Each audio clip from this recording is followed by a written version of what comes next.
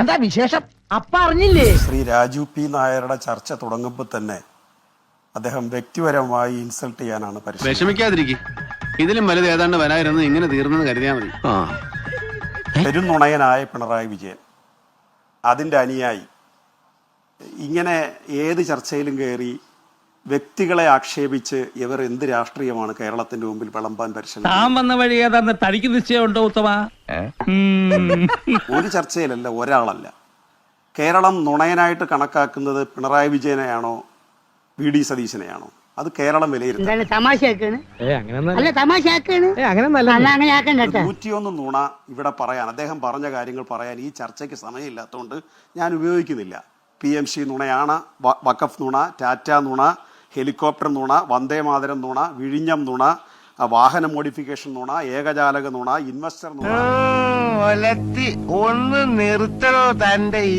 ഇങ്ങനെ നുണകളുടെ ഒരു പെരും വെള്ളപ്പാച്ചിൽ കേരളത്തിൽ അഴിച്ചുവിട്ടിരിക്കുകയാണ്. എന്നിട്ട് വന്നിരുന്നിട്ട് നമ്മളെ നോക്കിക്കൊണ്ട് ഇത്തരം ആക്ഷേപങ്ങൾ പറയുന്നത് ശരിയായ ഒരു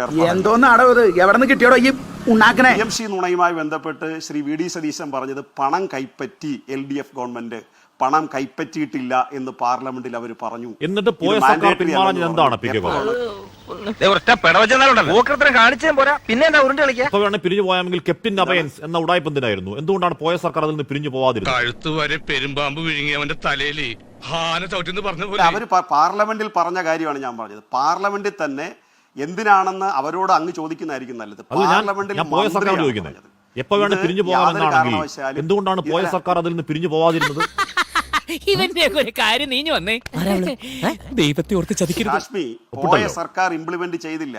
അതിന്റെ ഇംപ്ലിമെന്റ് ചെയ്യണമെങ്കിൽ അതിന്റെ ഫസ്റ്റ് സ്റ്റേജ് എന്ന് പറഞ്ഞാൽ ബ്ലോക്കിൽ 2 സ്കൂളുകളുടെ ലിസ്റ്റ് കൊടുക്കണം. ഒരു സ്കൂളിന്റെ ലിസ്റ്റ് കൊടുത്തിട്ട് നിന്നെ ഇതിനൊന്നും കൊള്ളുകയില്ലെന്ന് നീ വീണ്ടും വീണ്ടും തെളിയിച്ചിരിക്കുകയാണ് എന്റെ വിചാരം. കേരളത്തിൽ നിന്ന് ആ PMC നടപ്പാക്കുന്നതിന് മുന്നുപാധി, ഏറ്റവും ഫസ്റ്റ് കണ്ടീഷൻ മുന്നുപാധി എന്ന് പറഞ്ഞാൽ അതിന് സ്കൂളുകളുടെ ലിസ്റ്റ് കൊടുക്കണം. ഒരു സ്കൂളിന്റെ ലിസ്റ്റ് കൊടുത്തിട്ട് നിന്നെ സമ്മതിക്കണം. നിന്റെ വായിൽ എങ്ങനെയാടാ ഇത്രയും പെട്ടെന്ന് ഇത്രയും വലിയ നുണകൾ വരുന്നത്? അവിടെ അതിന്റെ പൈസയും വാങ്ങിയിട്ടില്ല, SSKയുടെ ഫണ്ട് മാത്രമേ വാങ്ങിയിട്ടുള്ളൂ. അത് നമ്മൾ ക്രിസ്റ്റൽ ക്ലിയർ ആയിട്ട് ഇവിടെ ചർച്ച ചെയ്തിട്ടുള്ള കാര്യമാണ്. അതാണ് ഞാൻ പറഞ്ഞത്, മുറ്റത്തെ കിണർ നടപ്പില്ല. മുറ്റത്തെ കിണറിന് വീണ്ടും അത് വന്നിരുന്ന് അതിൽ നിന്ന് പിന്മാറാൻ പറ്റുന്നില്ല എന്ന് പറഞ്ഞാൽ ഇവരെവിടെയാണ്?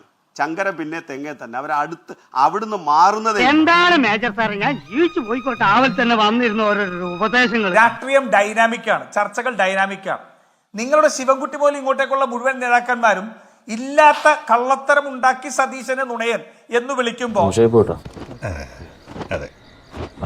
പിണറായി വിജയൻ വാസ്തവവിരുദ്ധമായി പറയുന്നു, സത്യവിരുദ്ധ പ്രസ്താവന നടത്തുന്നു, പറയുന്നതിൽ തെറ്റുണ്ട് എന്ന് പറഞ്ഞാൽ ജനങ്ങളിലേക്ക് എത്തില്ല.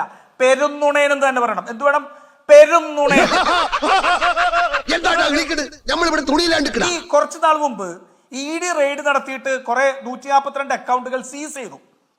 142 അക്കൗണ്ടുകൾ ഫ്രീസ് ചെയ്ത് കഴിഞ്ഞപ്പോഴത്തേക്ക് ഈ പെരുന്നുണയൻ വിജയൻ ഒരു പത്രസമ്മേളനം നടത്തി. പറഞ്ഞ നാട്ടുകാരുടെ മുമ്പിൽ ഒന്ന് ഷൈൻ ചെയ്യാൻ വേണ്ടി. അപ്പൊ പറഞ്ഞു, നിങ്ങളെല്ലാം കള്ളം പ്രചരിപ്പിക്കുകയാണ്, നിങ്ങൾ വീണയുടെ 142 അക്കൗണ്ടുകൾ ഫ്രീസ് ചെയ്തു എന്ന് പറഞ്ഞ് കള്ളം പ്രചരിപ്പിക്കുന്നു.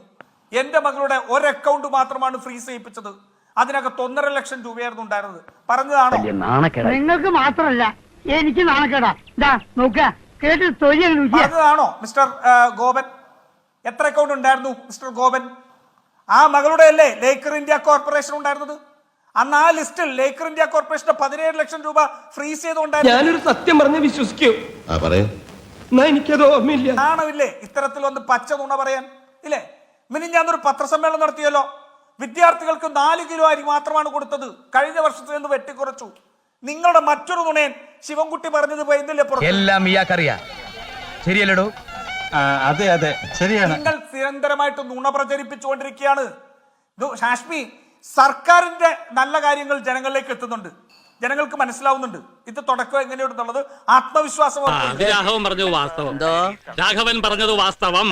വിശ്വാസ്യത നഷ്ടപ്പെട്ടൊരു പ്രതിപക്ഷത്തെ കുറിച്ച് കൂടി പറയണം. ഇല്ലേ? എങ്ങനെയാ വിഴിഞ്ഞത്ത് ഒരു വിവാദം ഉണ്ടായിക്കൊണ്ടുവന്നു. അവസാനം EP ജയരാജനും ശ്രീമതിയും ശൈലജ ടീച്ചർ ഉൾപ്പെടെ ആ വിവാദം പെട്ടിമടക്കി പോയിട്ട് കൈ കൊടുത്തു.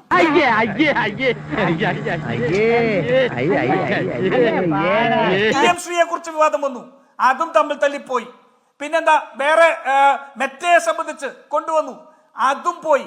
എത്ര വിവാദങ്ങൾ ഇവർ ഉണ്ടാക്കാൻ ശ്രമിച്ചിട്ട് അവസാനം സ്വന്തം മേത്തേക്ക് തന്നെയല്ലേ ആ വിവാദങ്ങൾ മുഴുവൻ. എന്ത് ചെയ്യുന്നതിന് മുമ്പും ഒന്ന് ആലോചിക്കണം. വെറുതെ എടുത്തു ചാടരുത്. എന്താ ഇപ്പൊ എടുത്തു ചാടിയാല് കുണ്ടി കുത്തി വീഴും. CPM ഉം CPI കൂടി തമ്മിത്തല്ല. എന്തിന്റെ പേരില? ഒരു പ്രതിപക്ഷ ഉപനേതാവ് എന്നുള്ളതാണ് പറയുന്നത്. അല്ല, ഇവിടെ വളരെ കൃത്യമായിട്ട് ഈ ഇടതുമുന്നണി ശിഥിലീകരണത്തിലേക്ക് പോയിക്കൊണ്ടിരിക്കുകയാണ്. മനസ്സിലായില്ല. മനസ്സിലാക്കാൻ എന്റെ പാർട്ടിക്കാരെ പോലെ തന്നെ നിനക്കും കുറച്ച് ടൈം എടുക്കും. CPM എന്ന് പറയുന്ന പാർട്ടി കേരളത്തിൽ ചരിത്രമാവാൻ പോവുകയാണ്. ഞാൻ ആഗ്രഹിക്കുന്നില്ല, പക്ഷെ അത് ചരിത്രമാവാൻ പോവുകയാണ്. ജനങ്ങൾക്ക് വിശ്വാസ്യതയില്ലാത്തൊരു നേതൃത്വം ഇന്ന് പ്രതിപക്ഷത്തിരിക്കുന്നു. നാട് മുഴുവൻ നിരങ്ങി നാട്ടുകാരെ മുഴുവൻ പറ്റിച്ചു നടക്കുന്ന ചില അലവലാദികൾ. ഒരു പ്രതിപക്ഷ നേതാവിന്റെ രീതിയിൽ ഫ്ലോർ മാനേജ്മെന്റ്. ഞങ്ങൾ ജനാധിപത്യത്തിൽ വിശ്വസിക്കുന്നവരാണ്. ഞങ്ങൾ പറയട്ടെ, ഞങ്ങൾ പറയുന്നത് ഞങ്ങളെ വിചാരണ ചെയ്യണം, നിയമസഭയിൽ ഞങ്ങളെ ചോദ്യം ചെയ്യണം. അതിന് കെൽപ്പുള്ള ഒരു പ്രതിപക്ഷ നേതാവുണ്ടോ?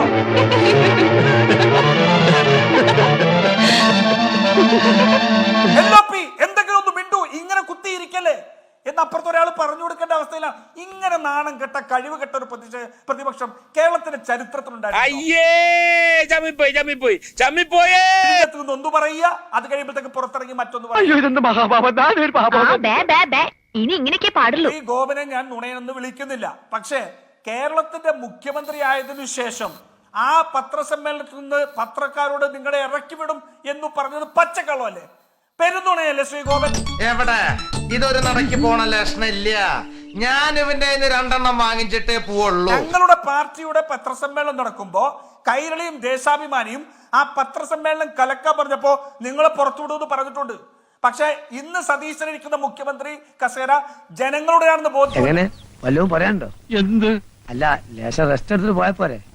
ആ ജനങ്ങളാണെന്നുള്ള ബോധ്യത്തിന്റെ അടിസ്ഥാനത്തിൽ തന്നെയാണ് അവരോടിരുന്ന് കാര്യങ്ങൾ വിശദീകരിക്കുന്നത്. ഇലക്ഷനിൽ പാർട്ടിയുടെ പ്രധാന ആയുധം തന്നെ അയാളായിരുന്നു. അവന്റെ തീപ്പൊരി പ്രസംഗം ശൈലി ജനങ്ങൾക്ക് അത് ഹരമാണ്. കാശ്മീർ, നിങ്ങൾ പത്രക്കാർ ക്ലിഫ് ഹൗസിൽ കയറിയിട്ട് സെൽഫി എടുത്തിട്ട് ആഘോഷിച്ചില്ലേ? നിങ്ങൾക്ക് കഴിഞ്ഞ 10 വർഷം നടന്നിരുന്നു. അതൊക്കെ നാട്ടുകാർക്ക് അറിയാവുന്ന കാര്യമല്ല അല്ലേ? ക്ലിഫ് ഹൗസിനകത്ത് പത്രക്കാർ കയറിയാൽ സംസ്ഥാനത്തിന്റെ സംരക്ഷണയിൽ കഴിഞ്ഞ ക്രിമിനലുകൾ അതിനകത്തുണ്ടായിരുന്നു. എന്നെ സംശയിക്കരുത്.